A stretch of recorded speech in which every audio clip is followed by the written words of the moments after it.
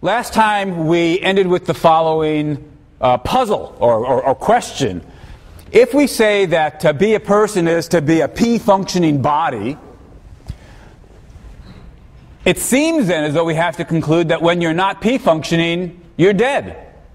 And that is, you're dead as a person. Previously we distinguished between the death of my body and my death as a person. Let's focus on my death as a person. If I'm not P-functioning, do we have to then say I'm dead? Well, that may seem to be the most natural way to define death, but it's not an acceptable approach, because it would follow then that when I'm asleep, I'm dead. Well, not during those times perhaps when I'm dreaming while I'm asleep. But think of the various periods during the night in which you are in a deep, deep, dreamless sleep. You're not thinking, you're not planning, you're not communicating. Let's just suppose, as seems likely, that none of the P functioning is occurring at some point during sleep. Should we say then that you're dead? Well, that's clearly not the right thing to say.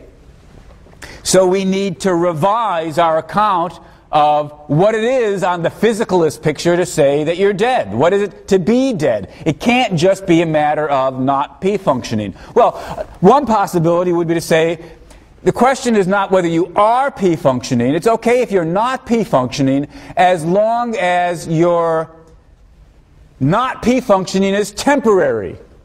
If you will P-function again, if you have been P-functioning in the past, and you will be P-functioning again in the future, P-functioning for person functioning, you will be P-functioning again in the future, then you're not dead.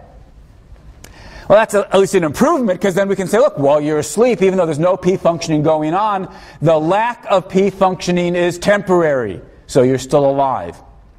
But I think that won't quite do either. Let's suppose that come Judgment Day, God will resurrect the dead.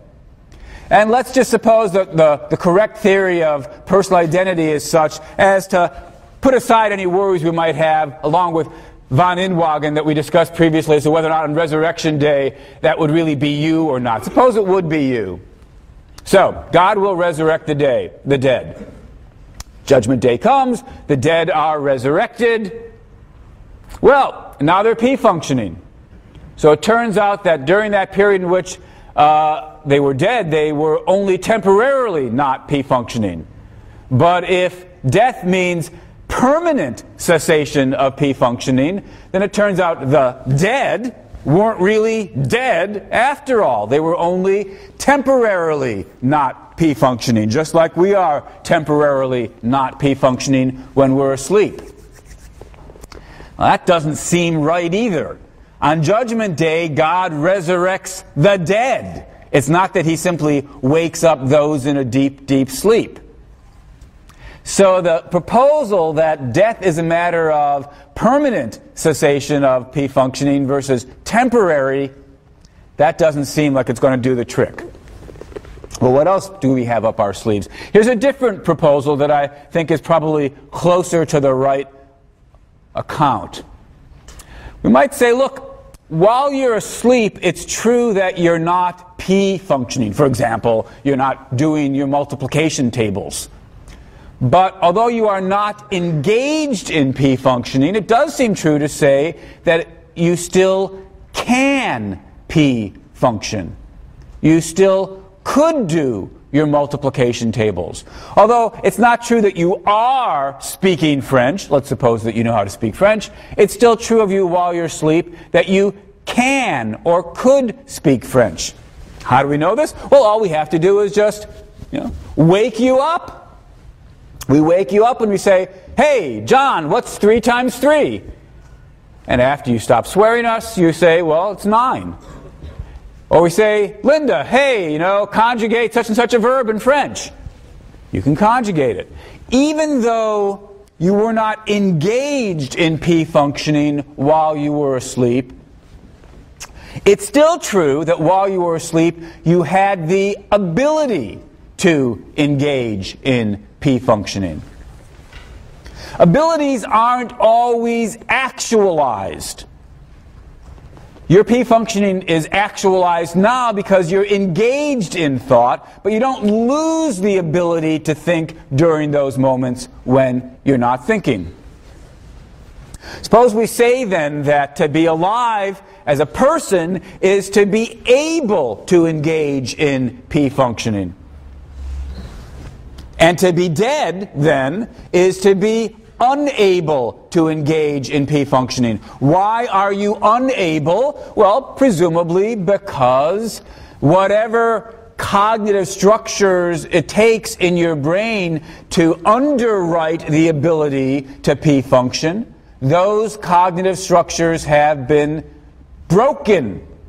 So they no longer work. It's when you're dead, your brain is broken. It's not just that you're not engaged in P functioning, you're no longer able to engage in P functioning. That at least seems to handle the case of sleep properly. Although you're not engaged in P functioning, you're able to, so you're still alive. Take the dead who'll be resurrected on Judgment Day. Although they will be engaged in P functioning later on, it's not true right now that they can engage in P functioning. Their bodies and brains are broken until God fixes them. So they're dead. All right, that seems to give the right answer. And in fact, it gives us some guidance how to think about some other puzzling cases. Take somebody who is in a coma, not engaged in P functioning. Their body, let's stipulate, is still alive. Their heart's still beating, the lungs are still breathing, and so forth. But we wonder, is the person still alive? Does the person still exist? Well, they're not engaged in P functioning. That's pretty clear. We want to know, can they engage in P functioning? Now, at this point, we'd want to know more about the underlying mechanics about what's gone on in the case of the coma. If the following is the right description, then we perhaps should say that's still alive. Look, when somebody's asleep, we need to do something to, in effect, wake them up. Something to turn the functioning back on. The cognitive structures are still there, but the on-off switch is switched to off. Perhaps that's what it's like when somebody's in a coma, or perhaps at least certain types of comas. Of course, to turn the on-off switch on is harder when somebody's in a coma. It's a bit more as though, to continue with the metaphor of the on-off switch, as though not only is the switch turned to off, there's a lock on the switch. And so we can't turn the switch on in the normal way. You know, pushing the person in the coma and saying, "Wake up, Jimmy," doesn't do the trick. But for all that, although the on-off switch may be stuck in off, if the underlying cognitive structures of the brain are such as to still make it true that flip the on switch back to on and the person can still engage in cognitive P functioning, maybe the right thing to say is the person is still alive. Coma case 2. I'm not sure whether this really should be called a coma. I don't know the biological medical details. But imagine that what's gone on is there's been decay of the brain structures that underwrite the cognitive functioning. So now it's not just that the on-off switch is stuck in off. The brain's no longer capable of engaged in these higher order P functions. This might be a persistent vegetative state with no possibility of turning it on, even in principle. Of such a person, we might say they're no longer capable of P functioning. And then perhaps the right thing to say is the person no longer exists, or they no longer exist as a person, even if the body's still alive. So far, so good. Here's a harder case to think about.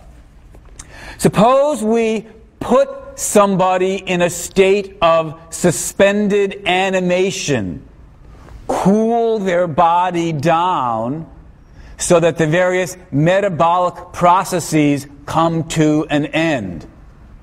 They stop. Now, as I'm sure you know, we're able with various lower organisms to put them in a state of suspended animation, and then the amazing thing is, if you heat them back up again properly, they sort of start functioning again. Now, we can't do that yet with humans, but it doesn't jump out at us, at least, that should be an impossibility. So suppose we eventually learn how to do this with humans. And now, suppose we take Larry and put him in a state of suspended animation. Is he dead?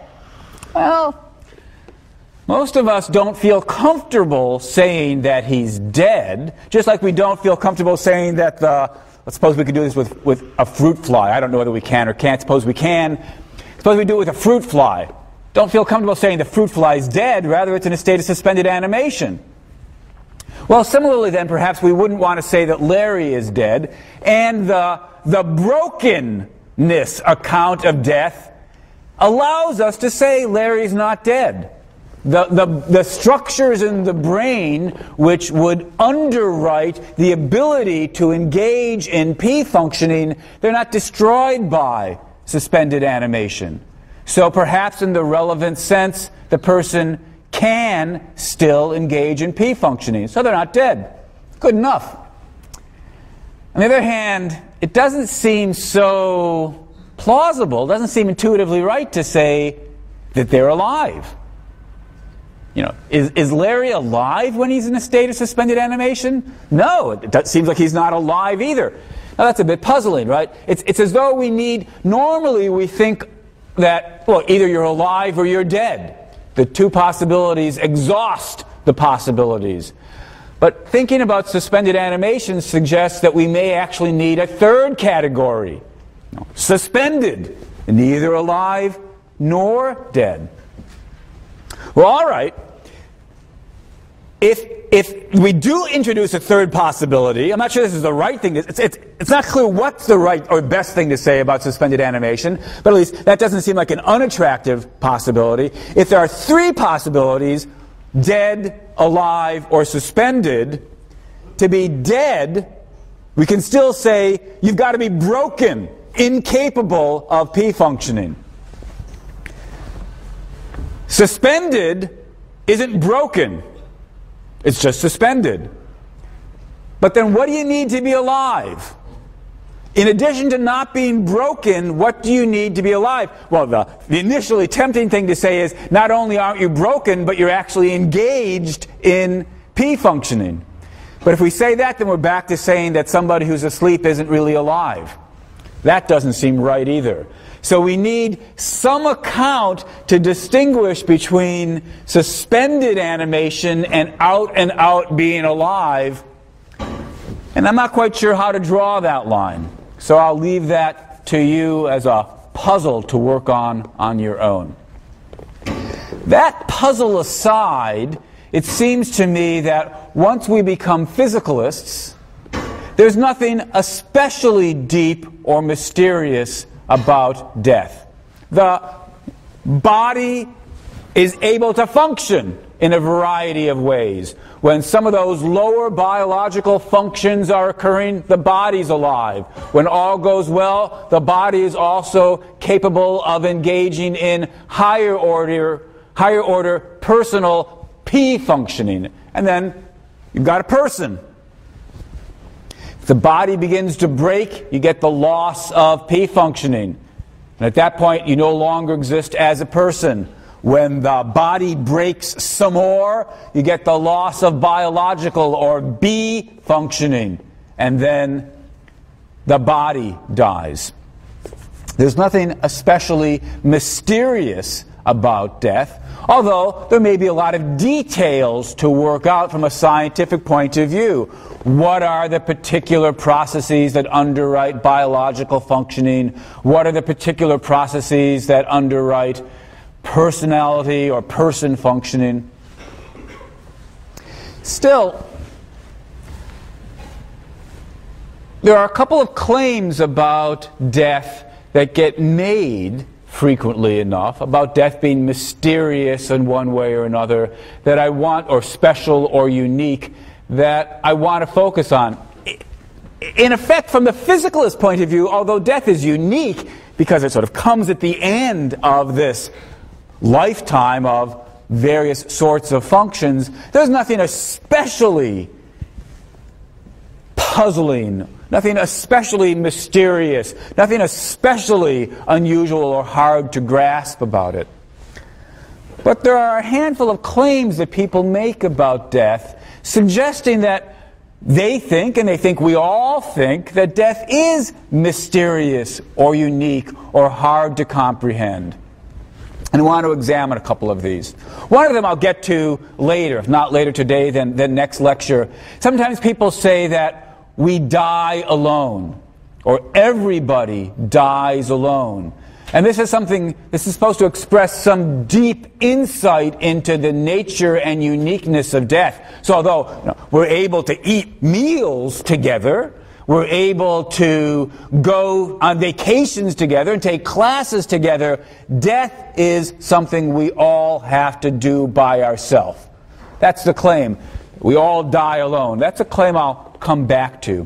What I want to look at first is the suggestion that somehow, in some level, nobody really believes they're going to die at all. Now, having distinguished between what we've called the death of the body and the death of the person, the question whether or not you're going to die needs to be distinguished. The question whether or not you believe you're going to die needs to be distinguished. If somebody says, nobody really believes they're going to die, they could mean one of two things. They could mean nobody really believes they're going to cease to exist as a person. First possibility. Second possible claim, nobody really believes they're going to undergo the death of their bodies. Let's take these in turn. Is there any good reason to believe that we don't believe that we're going to cease to exist as a person? Well, the most common argument for this claim, I think, takes the following form. People sometimes say, since it's impossible to picture being dead, it's impossible to picture being dead, that is to say, it's impossible to picture your own being dead. Each one of us has to think about this from the first person perspective or something like that. Think about your dying, your being dead. Since that's impossible to picture, that's impossible to imagine, nobody believes in the possibility that they're going to die, that they're going to cease to exist. The idea seems to be that you can't believe in possibilities that you can't picture or imagine. Now that hypothesis, that thesis, that assumption could be challenged. I think probably we shouldn't believe the theory of belief, which says that in order to believe in something, you've got to be able to picture it or believe it. But let's grant that assumption for the sake of argument. Let's suppose that in order to believe in something, you've got to be able to picture it. What then? How do we get from there to the conclusion that I can't believe that I'm going to die, I'm going to cease to exist as a person? Well, the thought, of course, is I can't picture or imagine my death. I can't picture or imagine my being dead. It's important here to draw some distinctions. I can certainly picture being ill. There I am on my deathbed, dying of cancer, growing weaker and weaker. I can perhaps even picture the moment of my death. I've said goodbye to my family and friends. Everything's growing grayer and dimmer. It's growing harder and harder to concentrate. and then there is no and more. The claim, however, is not that I can't picture being ill or dying. The claim's got to be, I can't picture being dead. Well, try it. Try to picture being dead. What's it like to be dead? Sometimes people claim it's a mystery. We don't know what it's like to be dead because every time we try to imagine it, we fail. We don't do a very good job. I'm inclined to think that way of thinking about the question is really confused. You set yourself the goal of trying to put yourself in the situation imaginatively of what it's like to be dead. So I start by trying to strip off the parts of my conscious life that I know I won't have when I'm dead. I won't hear anything. I won't see anything. I won't think anything. And you try to imagine what it's like to not think or feel or hear or see. And you don't do a very good job of it.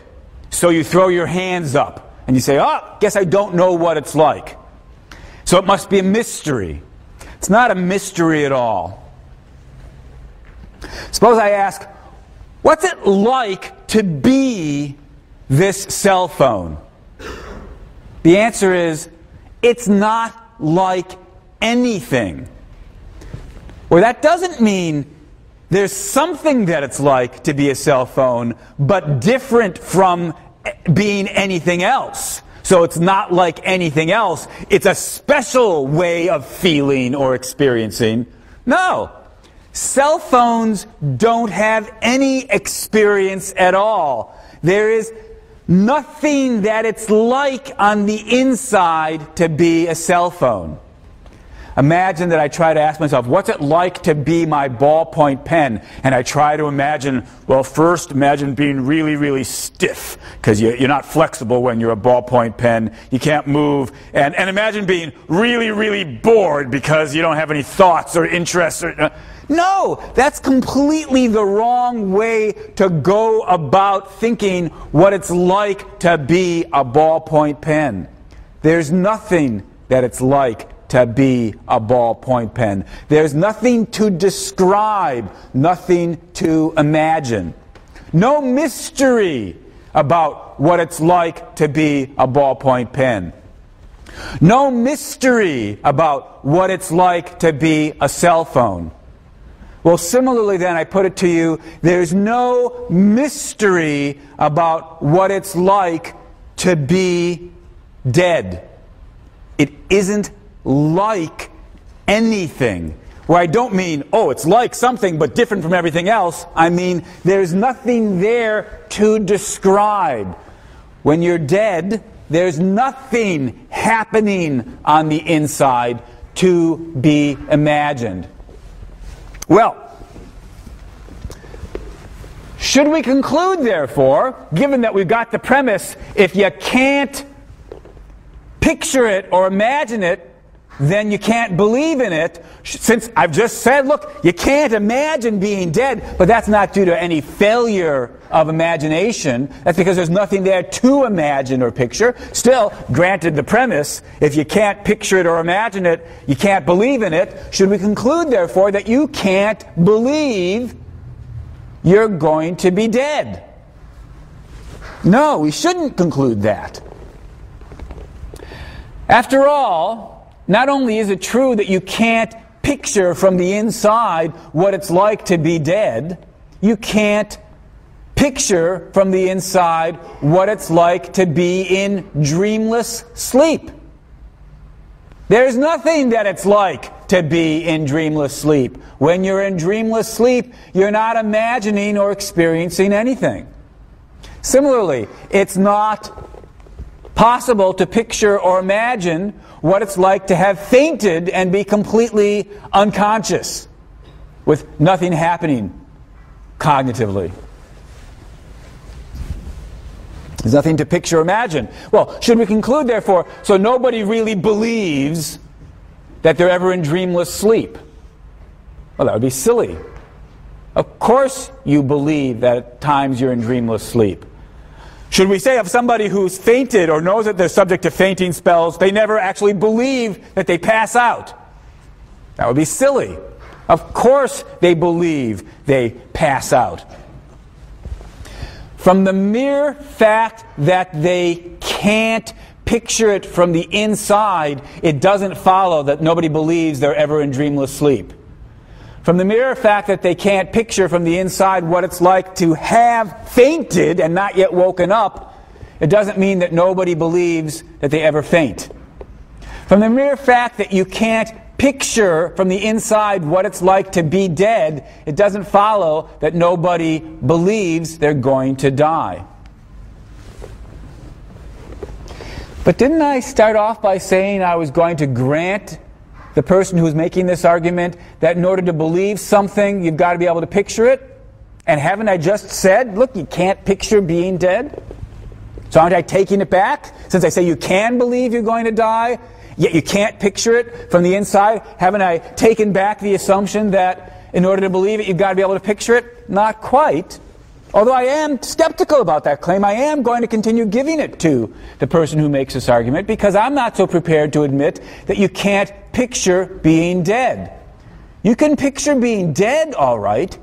You just can't picture it from the inside. You can picture it from the outside. I can picture being in dreamless sleep quite easily. I'm doing it right now. I've got a little mental image of my body lying in bed, asleep, dreamlessly. I can picture fainting or having fainted quite easily. It's a picture of my body lying on the ground, unconscious. I can picture my being dead quite easily. It's a little mental picture of my body in a coffin, with no functioning occurring in my body. So even if it were true that belief requires picturing, and even if it were true that you can't picture being dead from the inside, it wouldn't follow that you can't believe you're going to die. All you have to do is picture it from the outside. We're done.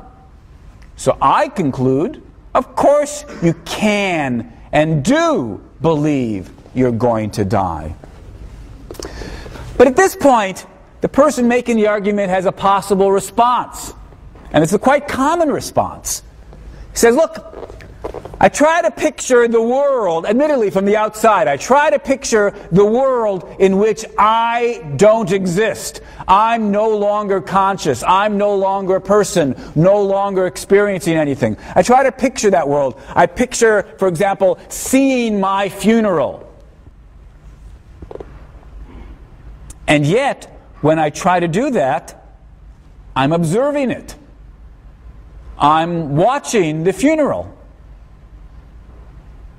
I'm seeing the funeral. Consequently, I'm thinking. So I haven't really imagined a world in which I no longer exist, a world in which I'm dead, a world in which I'm incapable of thought and observation. I've smuggled myself back in as the observer of the funeral. Every time I try to picture myself being dead, I smuggle myself back in, conscious, hence existing as a person, hence not dead as a person. Maybe my body, I'm imagining my body dead, but I'm not imagining myself, the person, dead. From which it follows, the argument goes, that I don't really believe I'll ever be dead. Because when I try to imagine a world in which I'm dead, I smuggle myself back in. This argument shows up in various places. Let me quote one case of it. Freud. Freud says, I'm quoting from one of the Walter Kaufmann essays that you'll be reading called Death. He quotes Freud. Freud says, "After all, one's own death is beyond imagining, and whenever we try to imagine it, we can see that we really survive as spectators. Thus, the dictum could be dared in the psychoanalytic school. At bottom, nobody believes in his own death. Or, and this is the same, in his unconscious, every one of us is convinced of his immortality." All right, there's Freud. Basically just running the argument I've just sketched for you. When you try to imagine you're being dead, you smuggle yourself back in as a spectator, and so, Freud concludes, at some level, none of us really believes we're going to die. I want to say, I think that argument's a horrible argument.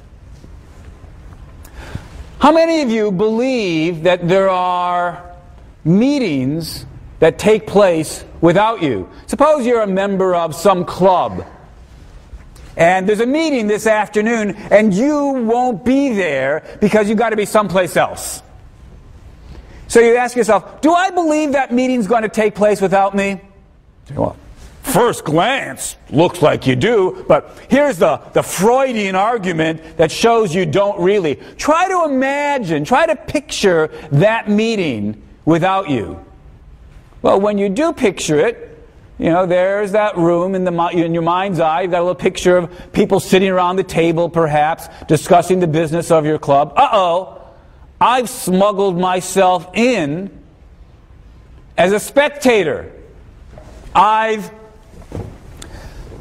If like you, I think most of us sort of picture these things sort of up from a perspective, sort of in a corner of the room, up on the wall, sort of looking down, where it's kind of a fly's perspective.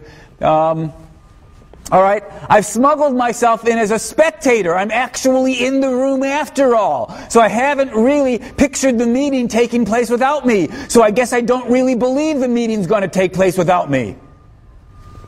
If Freud's argument for death, that is to say, none of us believe we're going to die, was any good, the argument that none of us believe meetings ever take place without us would have to work as well. But that's silly. It's clear that we all do believe in the possibility, indeed more than mere possibility, the actuality of meetings that occur without us. Even though when I imagine that meeting, I'm, in some sense, smuggling myself in as an observer.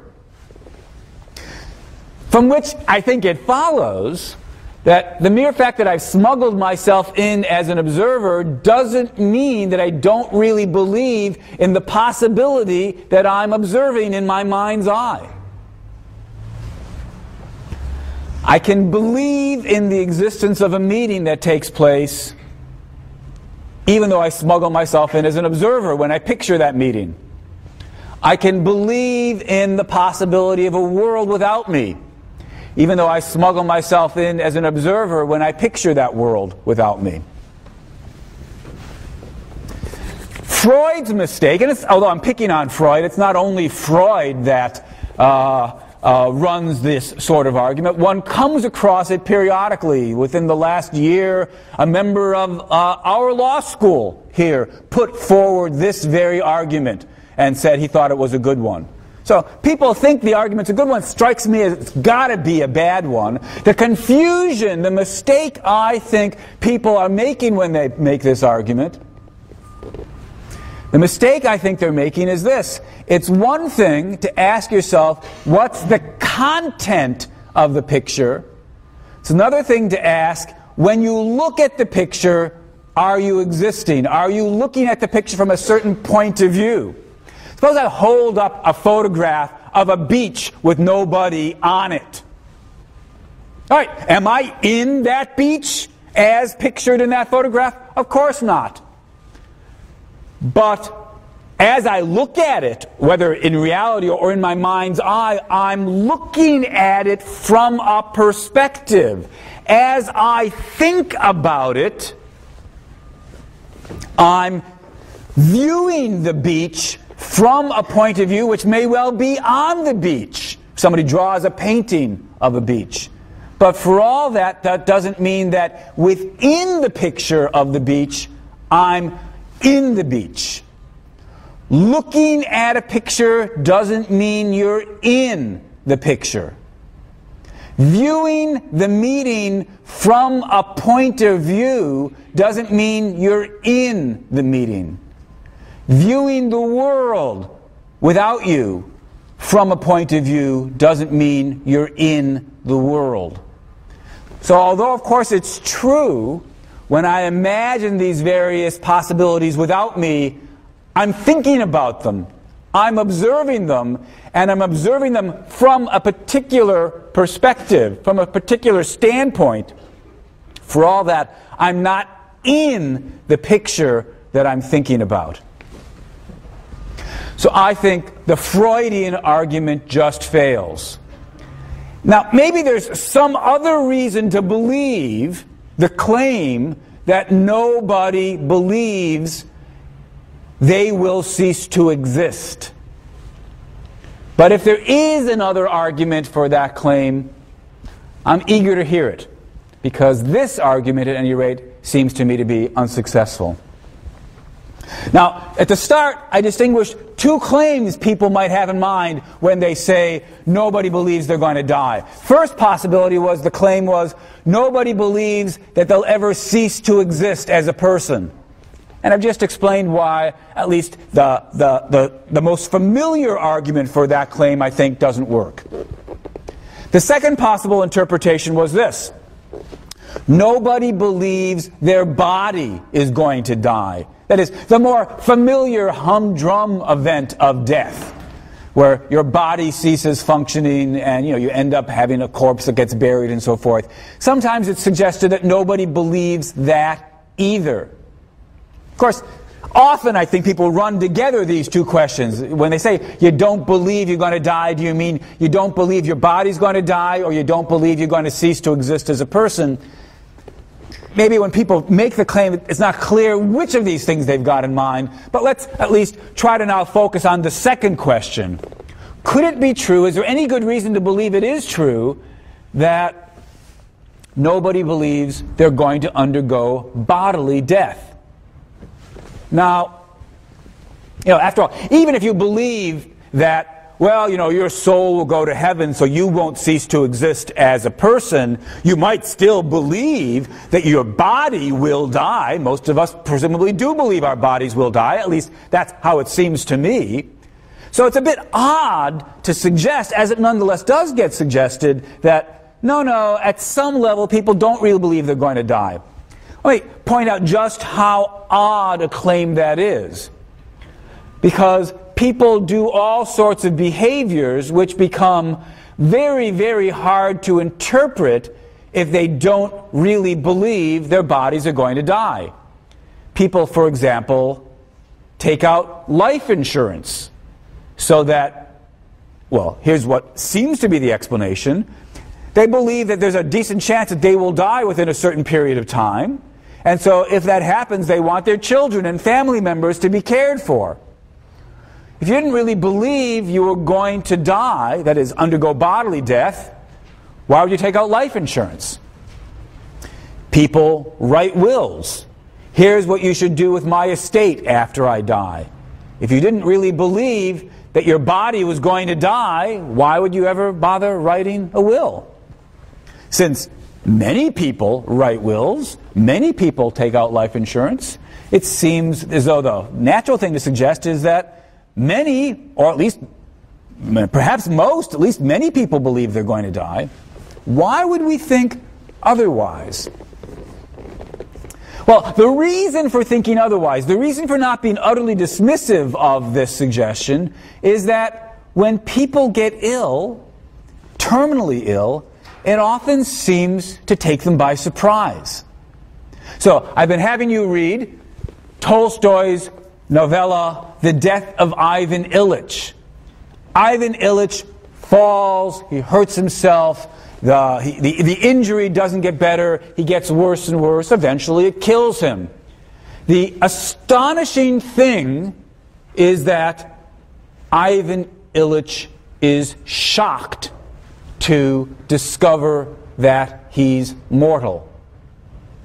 And of course, what Tolstoy is trying to convince us of, what he's trying to argue by illustrating, the claim, I take it, that Tolstoy is making is that most of us are actually in Ivan Illich's boat.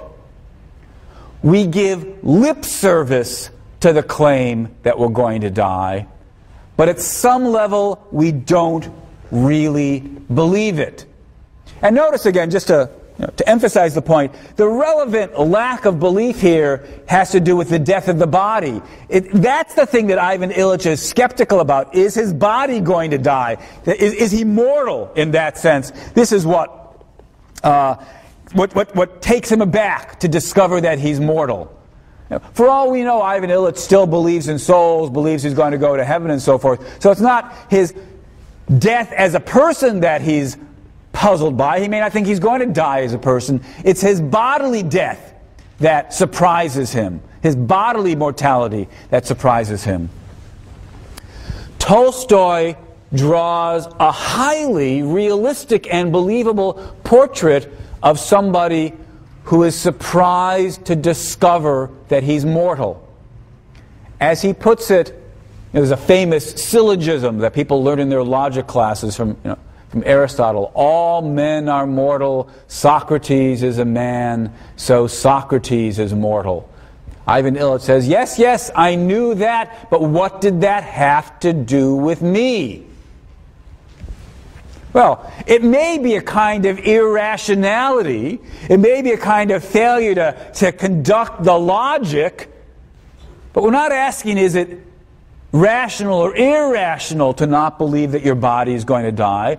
We're simply asking, noting the fact that there do seem to be cases where people are surprised to discover that they're mortal. Now, for all that, notice, I presume that Ivan Illich had a will. And for all I know, Ivan Illich had life insurance. So we're in the peculiar situation where, on the one hand, some of Ivan Illich's behaviors indicate that he believed he was mortal, that his body was going to die. And yet, the shock and surprise that overcomes him when he actually has to face his mortality strongly suggests that he's reporting correctly. He didn't believe he was going to die. How could that be? There's a kind of puzzle there as to, even if before we move to the question, how widespread are cases like this, there's a puzzle as to how are we even to understand this case. We need to distinguish perhaps between what he consciously believes and what he unconsciously believes. Maybe at the conscious level he believed he was mortal, but at the unconscious level he believed he was immortal. Or maybe we need to distinguish between those things he gives a kind of lip service to versus those things he truly and fundamentally believes. Maybe he gives lip service to the claim that he was mortal. If you had asked him, are you mortal? He would have said, oh, of course I am. And he buys life insurance accordingly. But does he thoroughly and truly and fundamentally believe he's mortal? Perhaps not. We need some such distinction if we're going to make sense of Ivan Illich. Well, let's suppose we've done it. Still have to ask, not are there ever cases of people who don't believe they're going to die, but rather, is there any good reason to think that we're all, or most of us, are in that situation, are in that state of belief where, although we give lip service to the claim that we're going to die, is there any good reason to believe that fundamentally we don't actually believe it? That's the question we have to turn to next time.